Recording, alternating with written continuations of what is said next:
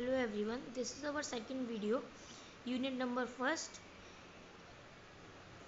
Indian economic development policies and experience 1947 to 90. Economy on the eve of independence. As we had already discussed about the introduction, low level of economic development under the colonial rules, agriculture sector,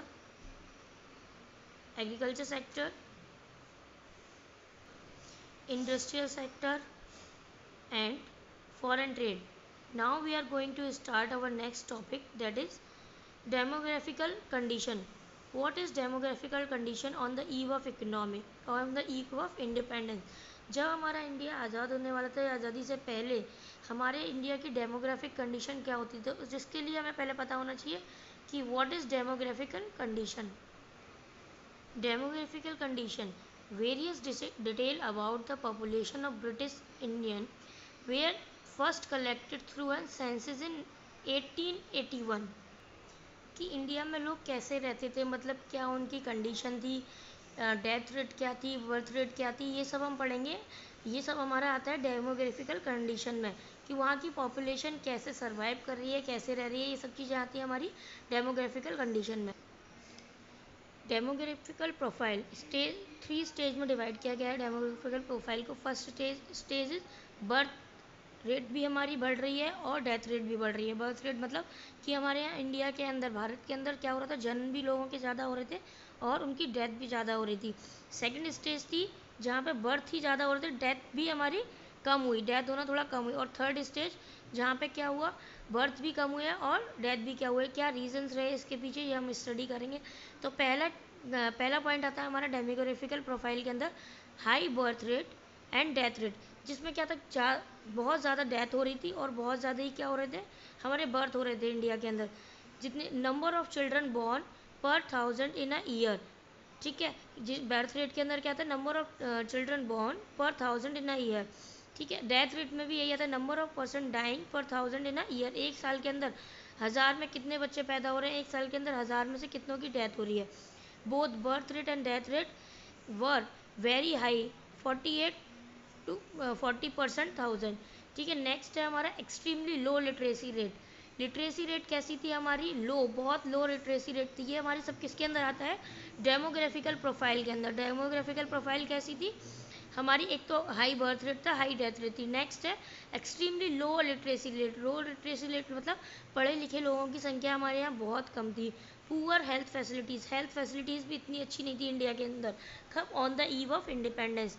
high infant mortality rate. Infant mortality rate का मतलब होता है जो बच्चे होते हैं, जो एक साल से कम के बच्चे होते हैं, एक साल से कम की उम्र के बच्चे होते हैं, उनकी मृत्यु ज़्यादा हो रही थी. जो उन्होंने अपना फर्स्ट बर्थडे भी नहीं देख पाया, वो क्या होता है, इन्फेंटी मोर्टेलिटी रेट, ठीक है. मरने वालों की उसमें क्या थे, बच्चे मरने वालों की संख्या ज़्यादा थी बच्चों. Next point is low life expectancy. It refers to the average number of year for which people are expected to live. इसका मतलब क्या होता है, लो लाइफ एक्सपेक्टेंसी, कि एक पर्सन या एक एवरेज लगाया जाता है मृत्यु दर का, एक जीने का, कि वो एक पर्सन कितने एवरेज जीता है. तो वो भी हमारे यहाँ क्या था, लो था भारत के अंदर. वाइल्ड स्प्रेड प्रॉवर्टी कैसी थी, जब हम डेमोग्राफिकल प्रोफाइल की बात करते हैं तो क्या आता है कि वहाँ के लोग, वहाँ की पॉपुलेशन कैसे सर्वाइव कर रही है, कैसे रह रही है किसी भी कंट्री की. तो वाइड स्प्रेड ऑफ प्रॉवर्टी, अपने भारत में क्या थी, प्रॉवर्टी बहुत ज़्यादा थी. कब, on the eve of independence. Our next topic is, now we will discuss the next topic, that is occupational structure. It refers to the distribution of working work across different industrial and other sector. Occupational structure का मतलब होता है कि ऐसे कितने लोग थे जो एग्रीकल्चर पर डिपेंडेंट थे, ऐसे कितने लोग थे जो अदर काम करते थे. तो जब इंडिया हमारा क्या था, जब हमारा India on the eve of independence, आज़ादी से पहले क्या था, predominance of prime occupation. The agriculture sector accounted for the large share of workforce with approx 75% and the remaining workforce 25 in service sector. More than 75% sector जो peoples थे हमारी economy के अंदर, जो पीपल थे हमारी कंट्री के अंदर, वो किस में वर्क कर रहे थे, एग्रीकल्चर सेक्टर में वर्क कर रहे थे। उसके अलावा से 25% किस में थे, सर्विस सेक्टर के अंदर थे। Next topic is regional variation. The state of Tamil Nadu, Andhra Pradesh, Kerala, Karnataka, Maharashtra, west Bengal witness a decline dependence of workforce on the agriculture. जो ये स्टेट थी तमिलनाडु, आंध्र प्रदेश, कर्नाटक, केरल वगैरह, इन लोगों ने क्या किया, उन लोगों ने एग्रीकल्चर को ही सिर्फ अपना मेन वो नहीं बनाया, ऑक्यूपेशन बनाया। उन लोगों ने अदर सर्विस सेक्टर में भी जाके अपने काम को किया, जिससे उनकी अर्निंग होती थी। ये था हमारा क्या, on the eve of independence पे ऑक्यूपेशनल स्ट्रक्चर। ऑक्यूपेशनल स्ट्रक्चर का मतलब होता है कि वहाँ के लोग, जो पॉपुलेशन है किसी भी कंट्री की, ज़्यादा से ज़्यादा किस चीज़ पर निर्भर है, तो ये हमारा ऑक्यूपेशनल स्ट्रक्चर है। Next point come after the occupational structure, that is infrastructure. Infrastructure मतलब कि कैसी हमारी कंडीशन थी इंडिया की आज़ादी से पहले। 1947 से 90 तक हमारी कंडीशन रही है इंडिया की आज़ादी से पहले, क्या वो एक्सपीरियंस करता था। इंफ्रास्ट्रक्चर का मतलब होता है infrastructure road. It primarily service that interested in mobilizing the army and the shifting of raw material. जो हमारा इंफ्रास्ट्रक्चर था on the eve of independence, road किस लिए बनाई जाती थी, सिर्फ अंग्रेजों ने अपने फ़ायदे के लिए, जो ब्रिटिशर थे, जो हम पर रूल कर रहे थे, कॉलोनियल रूलर्स थे, उन लोगों ने सिर्फ अपने फ़ायदे के लिए, जो उनके गुड्स को, सामान को इधर से उधर ले जाने के लिए, या फिर मोबिलाइजेशन ऑफ आर्मी को एक जगह से दूसरी जगह ले जाने के लिए उन्होंने रोड डेवलप की थी। रेलवे भी किस लिए डेवलप हुआ था, कि जिससे क्या कर सके वो लोग, if enable people to undertake long distance travel, remove trade barriers, but it is be beneficial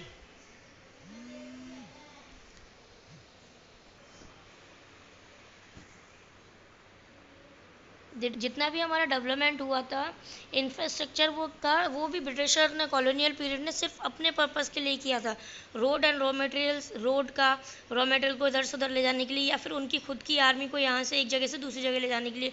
railways भी उन्होंने उतनी ही डेवलप की थी जो उनके काम आ सके, जो उनके रॉ मटेरियल को, उनके पर्सनस को एक जगह से दूसरी जगह ले जाना में काम आए। Airway and waterway and communication postage and telegram was most popular means of communication at the eve of independence.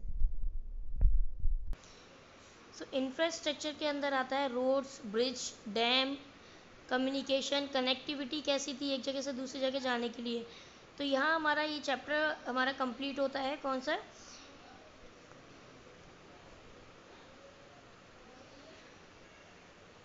Indian economy on the eve of independence, जिसमें हमने पढ़ा introduction, low level economic development under the colonial rule, कि कैसा low level चल रहा था हमारा colonial rule के टाइम पे।